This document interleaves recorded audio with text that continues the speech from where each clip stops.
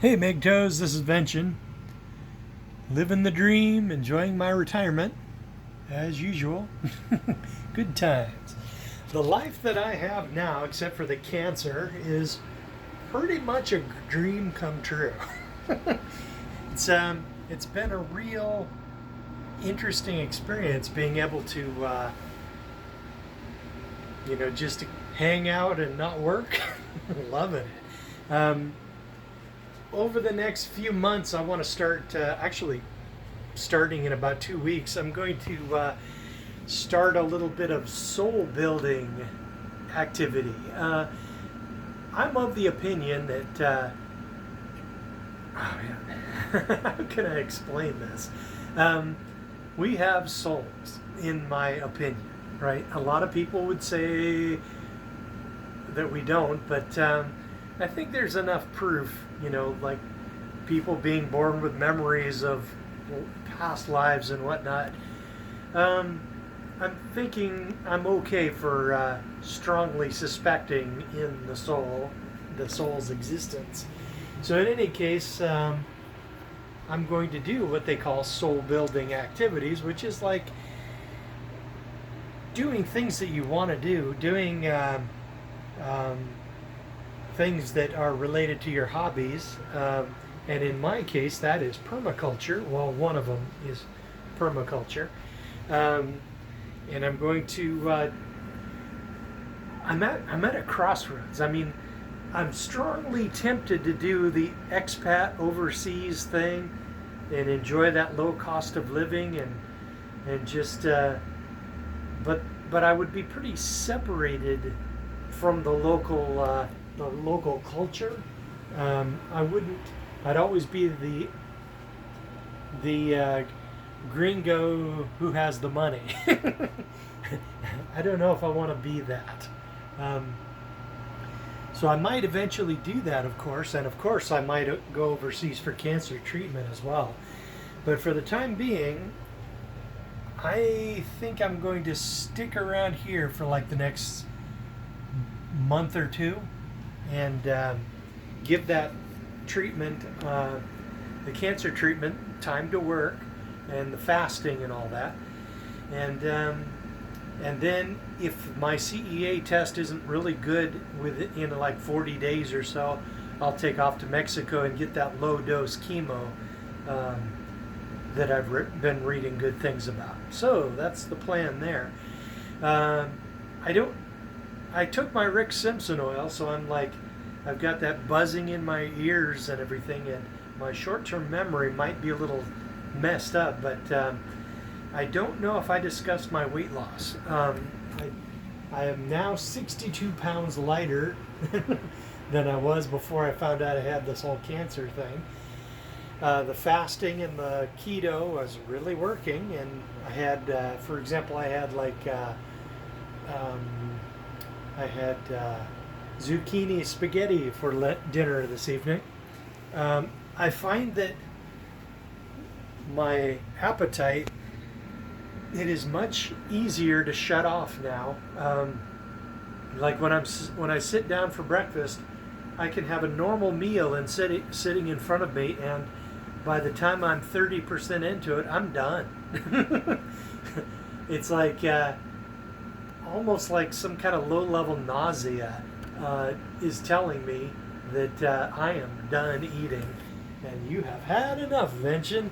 So I suspect that people under normal conditions have that capacity up in their brain, and it causes them so that when they have had enough, they lose their appetite and they shut off. And but I suspect the big pharma and ADM and Monsanto and all those people have been messing with our diet something awful for like the last 30, 40 years, and I suspect they've been doing something to it which cuts off that or disables that shut-off system, that thing that tells you you have had enough. And now that I'm eating more healthy and I'm not eating like all the sugar and the sodas and stuff like that. That thing, whatever it is, that throttle, that that shutoff is it's actually working now, and I can eat like half a normal sized meal and I'm full. So yeah, good times. I hope I keep that. And I'm now I don't know if I said this or not. I celebrated buying size 36 jeans last month, and now they're too big to to wear without a belt. So they seriously would fall down now. And now I have size 34 jeans, and I just got them the other day, and man, awesome. So I've gone from size 42 to 34.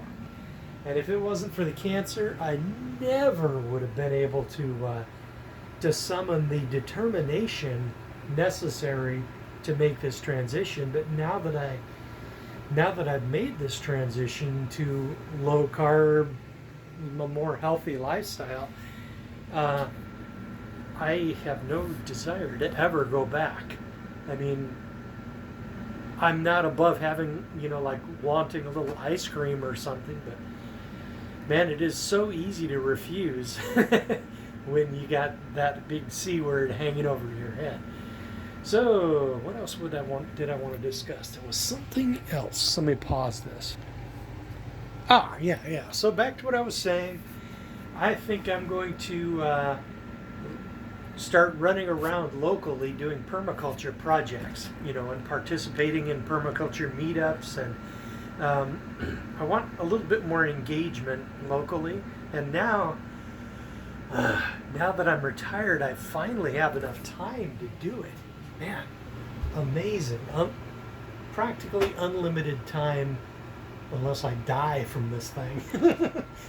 But as far as day to day goes, man, my schedule's open. So yeah, good times. What else was there? Was there anything else? I wish I could remember the video more, but there was a YouTube video from somebody I'm subscribed to, and they were talking about how, or was it? Yeah, I think it might have been my news feed.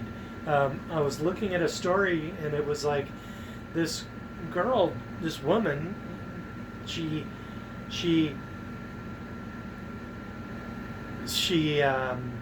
attempted to frame this mentally disabled guy for rape and like sexual assault, and because in order to save herself some embarrassment.